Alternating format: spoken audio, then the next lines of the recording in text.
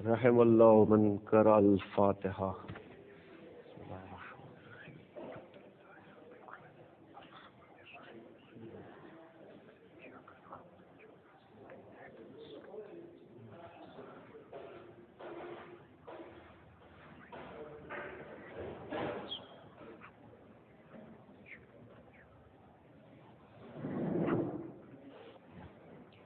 ला हौला वला कुव्वता इल्ला बिल्लाहिल अलिय्यिल अज़ीम।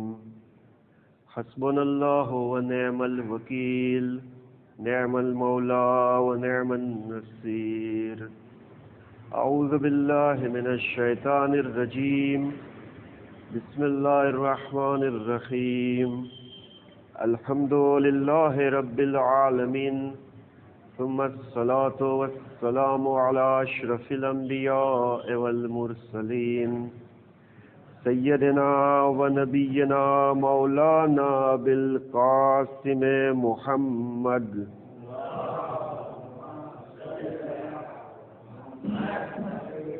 व अला आलिहि तय्यबीन अत्ताहिरीन अल मासूमीन अल मज़लूमीन अल्लज़ीना अज़हबल्लाहु अन्हुमुर रिज्स व तह्हरहुम तत्हीरा।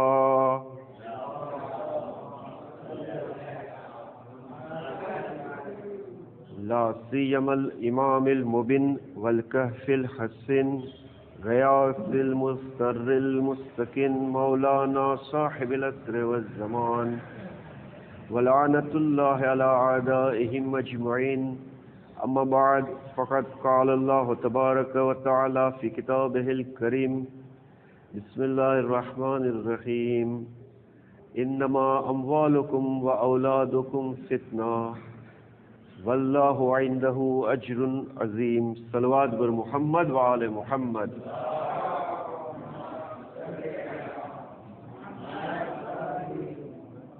તમામ તારીફ હમદો સના ખુદાવંદ આલમની ઝાત માટે છે કે જેણે આપણને કાંઈ આપણે હતા નહીં, શૂન્યમાંથી આપણું સર્જન કર્યું અને પછી એક નહેમતો આપણા ઉપર આપતો ગયો. પહેલી નહેમત આપણને આપી કે આપણને મા બાપ આપ્યા એક દુનિયાવી નહેમતમાંથી. પછી આપણા જ્યારે એક ઉંમર આવી તો આપણને આપણા ભાઈ બહેનનો સાથ મળ્યો. પછી એક સમય એ આવ્યો કે આપણને અલ્લાહે જીવન સાથીથી નવાજ્યા. અને પછી એક વસ્તુ એ આવે છે કે જે વિશે આજે હું ચર્ચા કરવા માંગુ છું, એ છે કે અલ્લાહની નહેમતોમાંથી એક મહત્વની નહેમત ઔલાદ છે. આપણે જાણીએ છીએ કે જે નિકાહનો ખુતબો હોય છે એમાં રસૂલે પાકની આ હદીસની તિલાવત કરવામાં આવે છે કે તનાકહુ વ તનાસલુ વ તકસરુ ફઇન્ની ઉબાહિકુમ યૌમલ કિયામત ઇન્ની ઉબાહિકુમુલ ઉમમા યૌમલ કિયામતે વલૌ બિસ્સિક. તનાકહુ એટલે તમે નિકાહ કરો, વ તનાસલુ અને તમે તમારી નસ્લને આગળ વધારો, વ તકસરુ અને તમે તમારી સંખ્યામાં વધારો કરો. ફઇન્ની ઉબાહિકુમ તો પછી રસૂલ ખુદા કહે છે કે જ્યારે તમારી સંખ્યા વધી જશે તો કયામતના દિવસે હું બીજી બધી ઉમ્મતોની સામે હું ફખ્ર કરીશ. ભલે પછી સંખ્યા એટલી જ હોય કે બાળક સાકિત થઈ ગયું હોય, છતાં રસૂલ ખુદા કહે છે કે હું તમારા ઉપર ફખ્ર કરીશ. અને જે આપણો વિષય છે ઔલાદ વિશે, તો રિવાયતમાં મળે છે કે જ્યારે કોઈ औरत એક બચ્ચાને જન્મ આપે છે ત્યારે ખુદા આ औरतને કહે છે કે યા મરઅતે અય્યતુહલ મરઅતે, કે એ औरत કદ ગફરતો લકે મા તકદ્દમ મિન ઝુનૂબ, કે औरत કે જે અત્યાર સુધી કાંઈ પણ ગુનાહ કર્યા હતા અત્યાર સુધીના તારા ગુનાહ મેં માફ કરી દીધા. એક બાળકને જન્મ આપે તો. ને છઠ્ઠા ઇમામ જાફર સાદિક અલૈહિસ્સલામ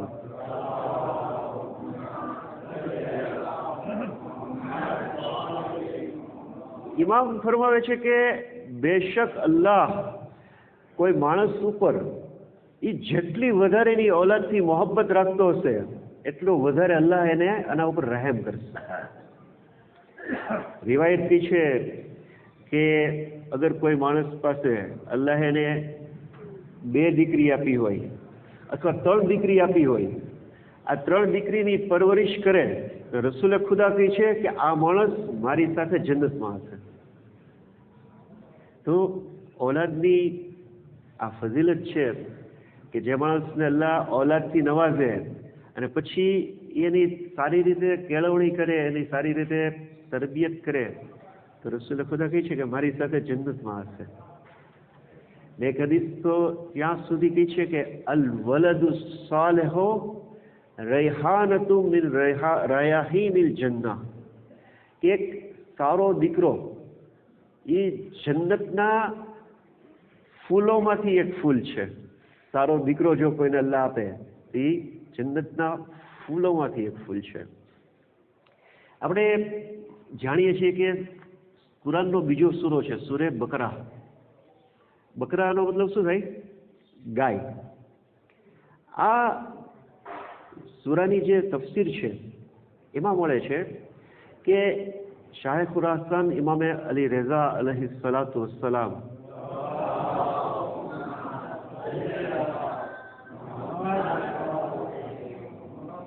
આઠમા ઇમામ ઇરશાદ ફરમાવે છે કે એકવાર બની ઇસરાઇલમાં એવું બન્યું કે આ કોમના જે એક માણસ છે એના સગાનું કત્લ કરી નાખ્યું, અને પછી શું કર્યું કે એની લાશ જે હતી એ રસ્તા ઉપર મૂકી દીધી. અને બની ઇસરાઇલના જે લોકો હતા એની પાસે આવ્યો અને એને કહે છે કે ભાઈ આ લાશ, આનું કત્લ થઈ ગયું છે, તમે મને ખૂબ બહાના પૈસા આપો. એટલે બધા બની ઇસરાઇલના લોકો છે એ આવ્યા જનાબે મૂસા પૈગંબર પાસે. એનો સમય હતો, અલ્લાહ નબી અલૈહિ સલામ એનો સમય હતો.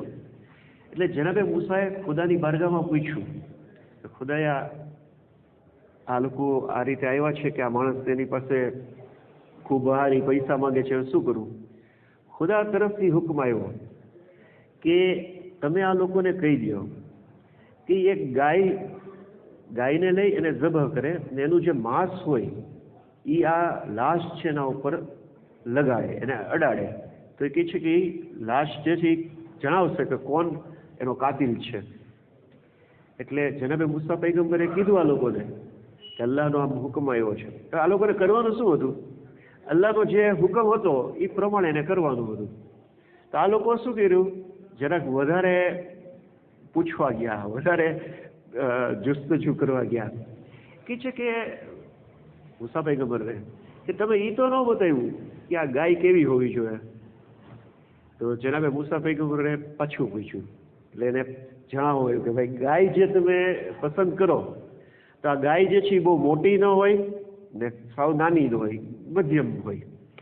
તો કે હજી કાંઈક વધારે વજાહત કરો ગાય કેવી હોવી જોઈએ. તો કહે છે કે ગાય જે છે એનો કલર પીળો હોય, સફેદ પણ ન હોવી જોઈએ અને કાળી ન હોવી જોઈએ, પીળા કલરની ગાય. તો કે હજી? તો કહે છે કે આ ગાય જે છે એ ખેતરમાં જે છે એ પાણી પાવાના ઉપયોગમાં ન લેતા હોય ને, કે જમીન ઉપર હળ ચલાવવા માટે એનો ઉપયોગ ન થતો હોવો જોઈએ. હજી? તો કહે છે કે પ્યોર પીળો કલર હોવો જોઈએ, એમાં કોઈ બીજા ધબ્બા કે એવું કાંઈ ન હોવું જોઈએ. હવે આ લોકો મૂંઝાણા, ગોતતા હતા. એક નવજવાનની પાસે આ ગાય મળી ગઈ, પીળા કલરની, અને જેવી જોતી હતી એવી. એટલે આ લોકો એની પાસે ગયા. નવજવાને કીધું કે હું તમને ગાય આપું, પણ એની કિંમત એ છે કે આ ગાયના જે ખાલ હોય, એની ચામડી જે છે એમાં જેટલું સોનું ભરાય એટલા હીરા જવાહરાત તમારે મને આપવાના. પાછા લોકો આવ્યા જનાબે મૂસા પાસે કે આ તો એટલી મોટી કિંમત કઈ છે, ગાયની એટલી કિંમત થોડી હોય. તો જનાબે મૂસાએ કીધું કે ભાઈ તમારી કઈ એટલી કિંમત આપવી પડશે. આ લોકો એગ્રી થઈ ગયા કે કાંઈ વાંધો નહીં. ઓલા જવાનને આપી અને આ ગાય લીધી, અને જેમ હુકમ હતો એ પ્રમાણે ઝબહ કરીને એનું ગોશ્ત જે છે એ અડાડ્યું. એટલે લાશામાંથી અવાજ આવ્યો કે મને ફલાણાએ કત્લ કર્યો હતો, અને આ કેસ અહીંયા સોલ્વ થઈ ગયો. પછી કઈ છે જે આપણી વાત શું છે? ઔલાદ. દીકરો જે છે, અલ્લાહ જેને દીકરો આપ્યો અથવા દીકરી આપી કે દીકરો આપ્યો, પણ દીકરા માટે શું છે કે એ જન્નતના ફૂલોમાંથી એક ફૂલ છે. હવે આ જે જવાન હતો ને, તફસીરમાં મળે છે કે એની પાસે આ ગાય કઈ રીતે આવી. તો આ જવાન પોતાના મા બાપનો ખૂબ ફરમાબરદાર હતો. એકવાર એને એક સોદો કર્યો હતો અને એના માટે એને પૈસા ચૂકવવાના હતા. એટલે ઘરમાં આવ્યો પૈસા લેવા માટે, પણ જે તિજોરીની ચાવી જે હતી એના બાપના તકિયાની નીચે હતી. એટલે આ જવાને જે શું કર્યું કે પોતાના બાપની ઊંઘને ખલેલ ન પહોંચે એટલે એણે એને જગાડ્યા નહીં. એટલે જે સોદો હતો એ જવા દીધો. એના બાપને ખબર પડી જ્યારે જાગ્યા ત્યારે કે અમારા છોકરાએ મારા માટે થઈને આટલું જતું કર્યું છે. ત્યારે બાપ ખુશ થઈ ગયો. એને આ ગાય આપી. કે છે કે તારું જે નુકસાન થયું છે એના બદલામાં હું તને આ ગાય આપું છું.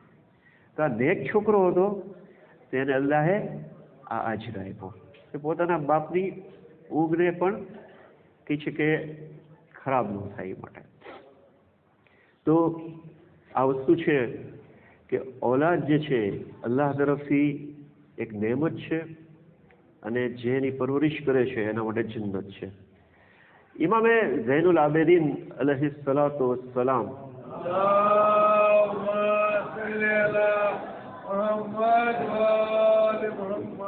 ઇમામ એક હદીસમાં ઇરશાદ ફરમાવે છે કે એઝા માતલ ઇન્સાનો ઇનકતા અમલુહુ, જ્યારે માણસ મરી જાય છે તેના અમલના દરવાજા બંધ થઈ જાય.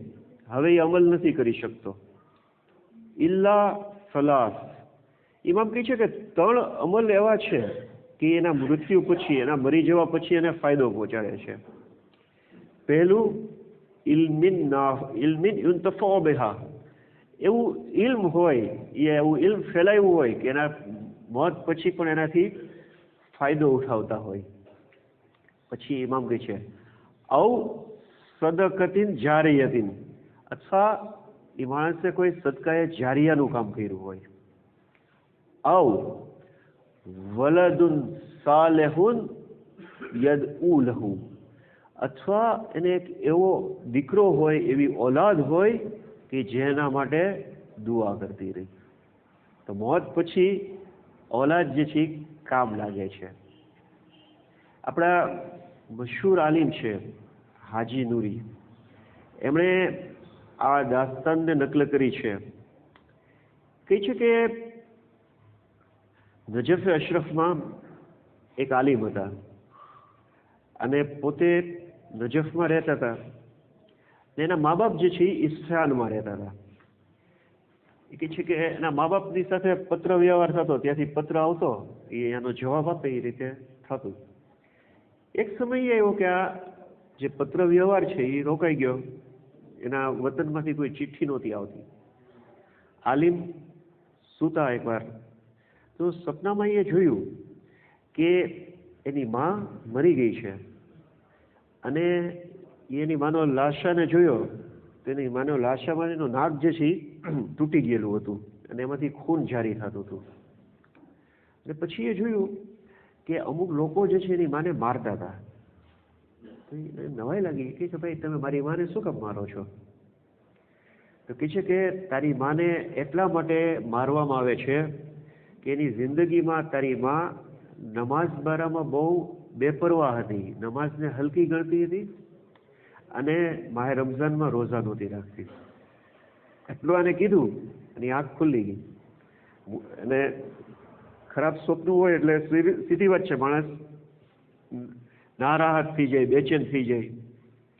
જાગ્યો અને થોડીક વાર થઈ ત્યાં એને સમાચાર મળ્યા કે વતનમાં તારી માનો ઇંતકાલ થઈ ગયો છે અને એના મૈયતને દફન કરવા માટે નજફ અશરફમાં લાવે છે.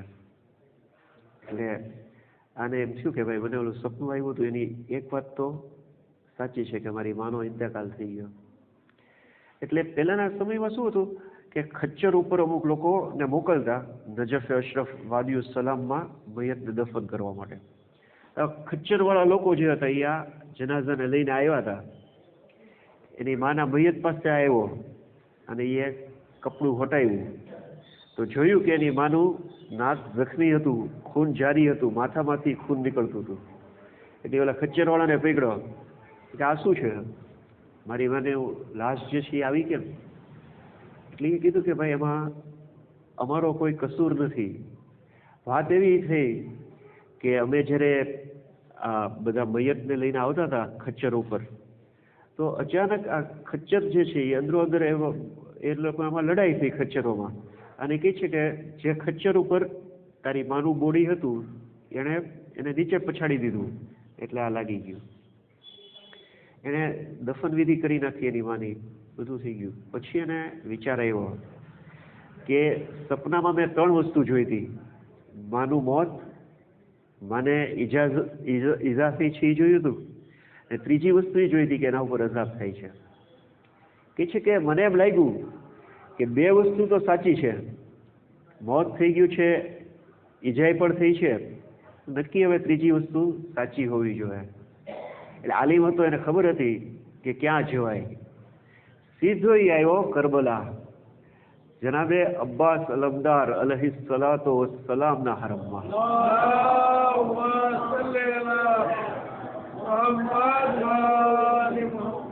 મોલા અબ્બાસના હરમમાં આવ્યો અને ઝરીની આગળ આવ્યો અને ગીરાઈને દુઆ કરી કે યા ગાઝી અબ્બાસ, મારી માની તમે શફાત કરી દો.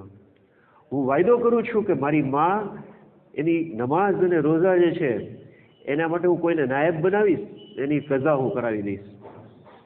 આટલું કહીને બહાર આવ્યો અને તરત જ એક માણસને વકીલ બનાવ્યો કે એની માના કઝા, રોઝા અને નમાઝ જે છે એને અદા કરાવવામાં આવે. એટલે 2-3 મહિના સુધી એ આ સિલસિલો ચાલુ રાખ્યો. પછી પોતાની જિંદગીમાં મશગુલ થઈ ગયા અને એના મગજમાંથી નીકળી ગયું. એકવાર ફરીવાર સૂતા સપનામાં ફરીવાર જોયું કે આ એની માં જે છે એને ફરીવાર મારવામાં આવે છે, અઝાબ કરવામાં આવે છે. એ પૂછ્યું કે ભાઈ મેં તો મૌલા અબ્બાસ અલૈહિસ્સલામ પાસે વાયદો કરેલો છે ને એની શફાત તલબ કરેલી છે, તમે શા માટે મારો છો? એને જવાબ આપ્યો કે તે મૌલા અબ્બાસ પાસે જે વાયદો કર્યો હતો એ તો તું ભૂલી ગયો. જાગ્યો અને ફોરન એ પોતાની માની પૂરી જિંદગીના નમાઝ અને રોઝા માટે બંદોબસ્ત કરી દીધો. એમાં કીધું ને કે 3 વસ્તુ જે છે એ મોત પછી ફાયદો પહોંચાડશે: ઇલ્મ કે જેનાથી ફાયદો મેળવવામાં આવે, એ સદકો કે જે સદકાએ જારિયા હોય, અને ત્રીજી વસ્તુ એ ઓલાદ કે જે મર્યા પછી દુઆ કરે.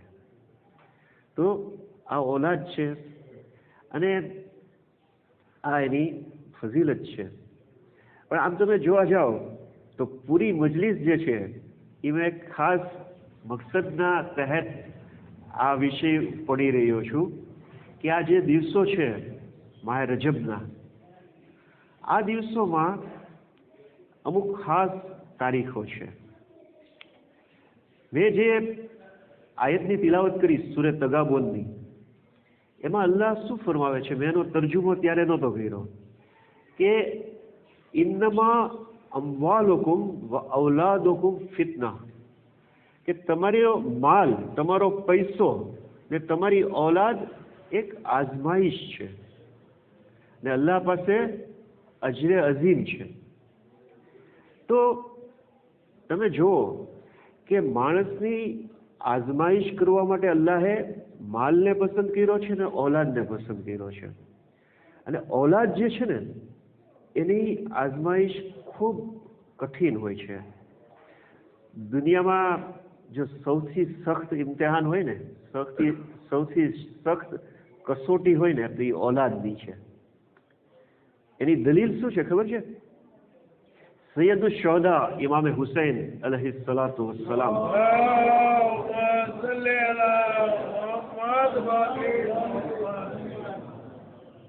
ઇમામનો એક અમલ એટલે એનું કાર્ય કે જે મક્તલની કિતાબો છે એમાં જ્યારે મસાયબની હદીસો તમે જોવો ને તેમાં શું છે કે ઇમામ એક સમયે કઈ છે, જ્યારે જનાબે અલી અકબરને ઇમામ જે છે એ રૂખસત કરે છે ને અલી અકબર જોવે છે કે પાછળ કોક આવે છે, કીધું બાબા તમે જહેમત શા માટે લીધી? તો ઇમામે શું કીધું ખબર છે કે અલી અકબર, અગર તારો કોઈ જવાન દીકરો હોત અલી અકબર જેવો તો તને ખબર પડે કે જવાન દીકરાની મોત એટલે શું છે. એટલે કે ઓલાદની જે કસોટી લેવામાં આવે ને એ આજમાઈશ ખૂબ અઘરી હોય. આ ઇમામે માસૂમનું કોલ ને કુરાનમાં પણ છે. તમે જો જનાબ ઇબ્રાહિમ પૈગંબર એમનું ઇમ્તિહાન લેવામાં આવ્યું હતું, પણ જ્યારે બધા ઇમ્તિહાન લઈ લીધા ત્યારે છેલ્લું ઇમ્તિહાન ઓલાદનું હતું કે ઇસ્માઇલને ઝબહ કરે છે કે નહીં. તો માસૂમ ઇમામનો ફેલ ને કુરાન આ સકલેન જમા થાય છે, એના ઉપરથી ખ્યાલ આવે છે કે સૌથી સખ્ત વસ્તુ ઓલાદને લગતી છે. ઓલાદની જે પરેશાની હોય સૌથી સખ્ત છે. તમે જો કે જે માણસને અલ્લાહ ઓલાદ ન આપે તો પૂરી જિંદગી તડપી તડપીને વિતાવે ઓલાદ માટે. અગર ઓલાદ આપી અને પછી એવું પણ બને કે ઓલાદને લગતા પ્રશ્નો શરૂ થાય. દાખલા તરીકે કોઈને દીકરી આપી અલ્લાહે, તો એવું બને કે દીકરી હોય શાદી ન થતી હોય, દીકરો હોય શાદી ન થતી હોય, રિશ્તા ન મળતા હોય. અગર રિશ્તો મળી ગયો તો દીકરીને એવા સાસરિયા મળી ગયા કે એના ઉપર જુલ્મ કરતા હોય. એ માનું દિલ જાણતું હોય કે જે દીકરી ઉપર જુલ્મ થતો હોય કઈ રીતે એમાં રોઈને દિવસો પસાર કરતી હોય. દીકરો હોય તો દીકરાને એવું બને કે રોજીનું કોઈ બંદોબસ્ત ન હોય, રોજી વગરનો દીકરો હોય. ક્યારેક એવું બને કે દીકરાને કોઈ મોટી બીમારી લાગુ પડી જાય. અને આ બધી બાબતો કરતાં તે સખ્ત વસ્તુ એ છે કે દીકરો હોય અને બાપ જોતો હોય, બાપ નેક નમાઝી માણસ હોય ને દીકરો આડા રસ્તે હોય. આ બધી ઓલાદના ઇમ્તિહાન છે. પણ અલ્લાહે એક બંદોબસ્ત કર્યો છે કે આપણું જે વર્ષ છે ને, 1 મુહર્રમથી 30 ઝિલહજ સુધીનું આખું જે આ 365 કે જેટલા દિવસો થતા હોય, આખું જે ઇસ્લામિક વર્ષ છે એમાં 3 દિવસો ખાસ અલ્લાહે રાખ્યા છે. એ છે માહે રજબની 13, 14 અને 15મી તારીખ. કારણ કે આ મહિનો રહેમતનો મહિનો છે.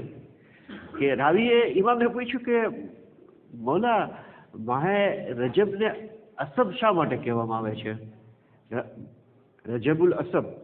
તો ઇમામે કીધું કારણ કે આસમાનમાં આ નામ મશહૂર છે અસબ તરીકે. તો કહે છે કે અસબ એટલે શું?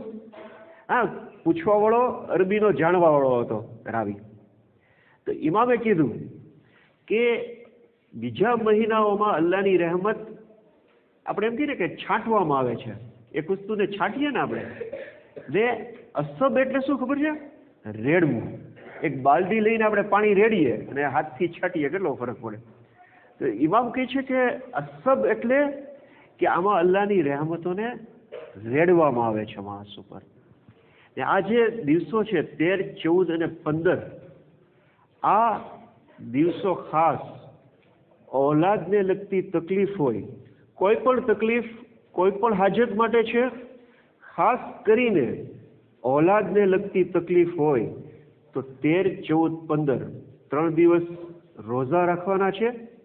અને 15મી તારીખ જ્યારે આવે એટલે આ વખતે ગુરુ, શુક્ર અને શનિવાર હશે, તો 15મી તારીખે ઝોહર બાદ આ અમલ શરૂ થાય છે. ઘણું બધું એમાં દુઆ છે, ઘણું કુરાન પડવાનું છે. લગભગ મગરિબ સુધી અડધો દિવસ વયો જાય. એટલે મોમિનીનને જ્યારે કહેવામાં આવે છે કે 3 રોઝા રાખવાના છે અને આટલું બધું પડવાનું છે, તો ઘણીવાર એમ કે આટલું બધું કેમ થાય? તો ઓલમાં એમ કહે છે કે જેવો મર્ઝ એની દવા એટલી કરવી પડે. જો મોટો મર્ઝ હોય તો એના માટે સર્જરી કરવી પડે, મોટી હાજત હોય તો એના માટે મોટો અમલ છે. આ અમલ જે છે એની હકીકત શું છે કે ઇમામે હસન મુજતબા અલૈહિ સલાતો વસ્સલામ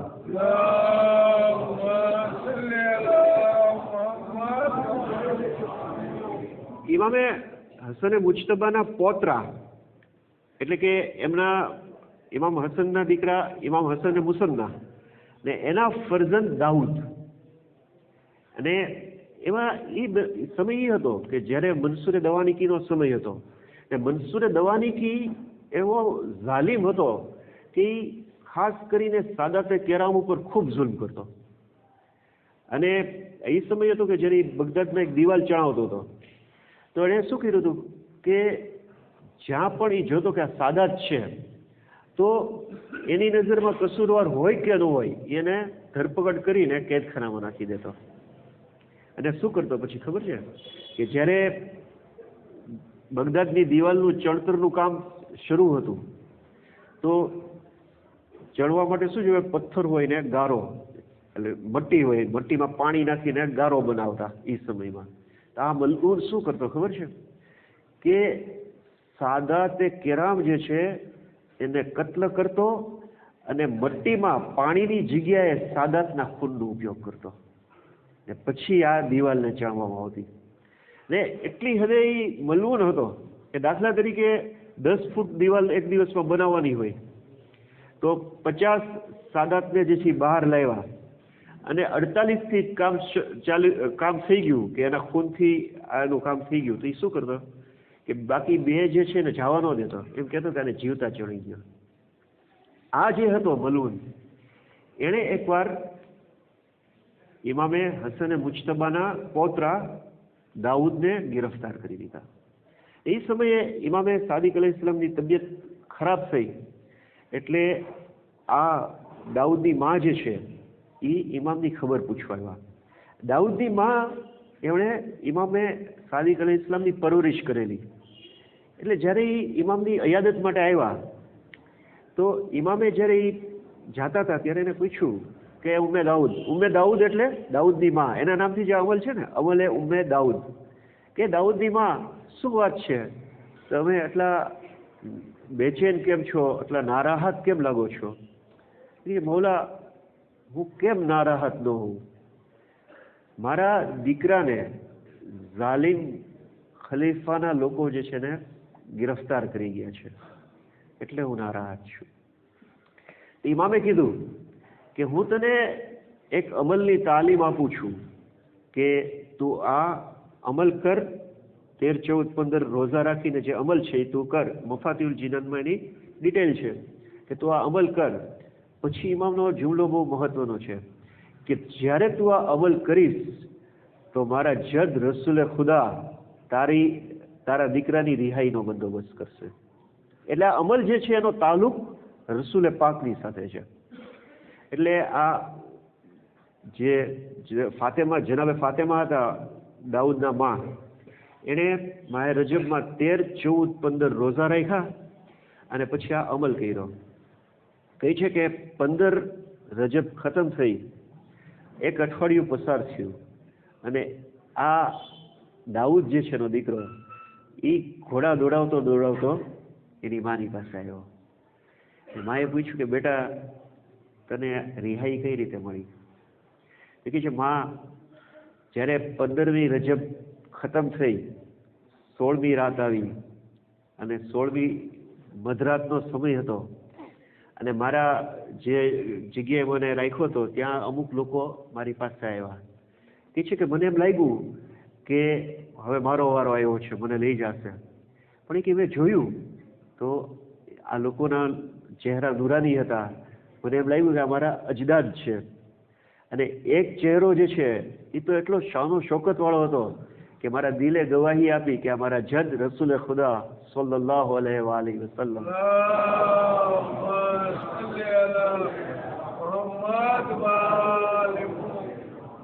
કહે છે કે રસૂલે ખુદા મારી પાસે આવ્યા, મારી બેડીઓને ખોલી અને પછી મને કીધું કે દાઉદ, તારી માએ એક એવો અમલ કર્યો છે, આ અમલ કર્યા પછી અમારા માટે લાઝિમ થઈ ગયું હતું કે તારી રિહાઈનો બંદોબસ્ત કરીએ. પછી કહે છે કે રસૂલે ખુદાએ મને એક થેલી આપી, એમાં 10,000 દિરહમ હતા અને મારા માટે ઘોડાની વ્યવસ્થા કરી. ને કહે છે કે હું આ ઝાલિમના પતંજામાંથી છૂટી ગયો. તો આ 13, 14, 15 અમલે ઉમ્મે દાઉદ, 3 રોઝા અને પછી અડધા દિવસ જેટલું જે પડવાનું છે 3-4 કલાક, એ છે ખાસ કરીને ઓલાદ માટે. અને પછી કોઈ પણ હાજત હોય, રિઝકની તંગી હોય કે કોઈ પણ હાજત હોય, એના માટે મુજર્રબ છે, મુજર્રબ. હા, મજલિસમાં સામાન્ય રીતે આમ નથી કહેતો પણ મારું પોતાનું અજમાવેલું છે કેટલી વખત અજમાવેલું છે, કેટલી વખત, ને અલ્લાહે બહુ સારી રીતે કામયાબી આપી છે.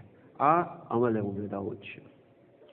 તો આ બધી ગુજારિશાત હતી કે જે તમારી સામે રજૂ કરી કે ઓલાદ જે છે એ અલ્લાહની બહુ મહત્વની નહેમત છે.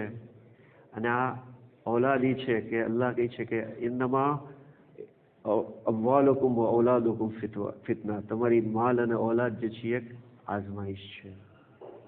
તમે કરબલાના મેદાનમાં જુઓ કે ફરજંદે રસૂલની સખ્ત અને અતિ સખ્ત આજમાઈશ કરવામાં આવી. એક સમય એ આવ્યો કે રસૂલે પાકે પોતાના કડિયલ જવાન અલી અકબરને ઘોડા ઉપર સવાર કર્યા. રિવાયત કહી છે કે જ્યારે ઘોડો મક્તલ તરફ જઈ રહ્યો હતો, અલી અકબરને એવો અહેસાસ થયો કે પાછળ પાછળ કોઈ આવી રહ્યું છે. અલી અકબરે ચહેરો પાછળ ફેરવીને જોયું તો જોવે છે કે બૂઢો બાપ. ઇમામે હુસૈને કીધું મહેલન મહેલન અલી અકબર આહિસ્તા. અલી અકબર કહે છે કે બાબા તમે જહેમત શા માટે લીધી? ત્યારે ઇમામે હુસૈન કહે છે બેટા અલી અકબર, કાશ તારો અલી અકબર જેવો જવાન દીકરો હોત તો તને ખબર પડશે કે જવાન દીકરાની મોત એટલે શું છે.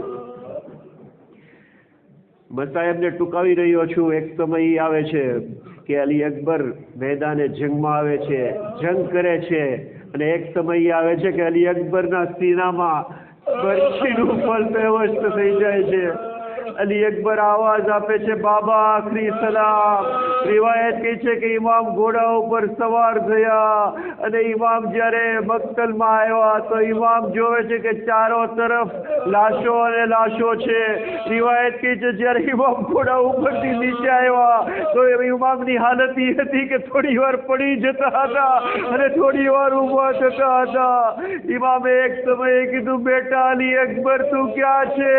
મારી આખરી સામે કઈ બતાઈ નથી રહ્યું. અલી અકબરે આવાજ આપી બાબા હું તમારા કદમોમાં છું. ઇમામ જવાન દીકરાની પાસે આવ્યા અને એક સમય આવ્યો કે ઇમામે અલી અકબરને પોતાના સીનાથી લગાવ્યા. અલી અકબરે કીધું બાબા. ઇમામે કીધું બેટા તમે આ શા માટે કરી રહ્યા છો? અલી અકબરે કીધું બાબા મારા સીનામાં બરછીનું ફળ છે.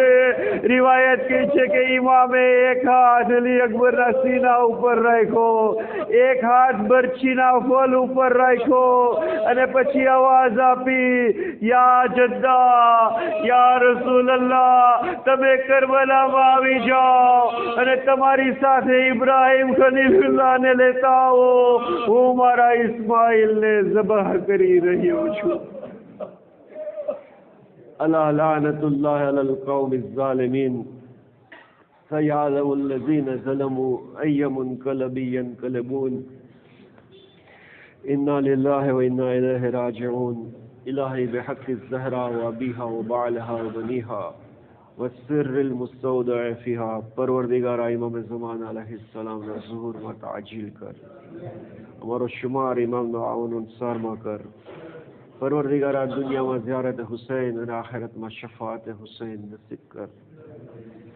ربنا تقبل منا انك انت السميع العليم.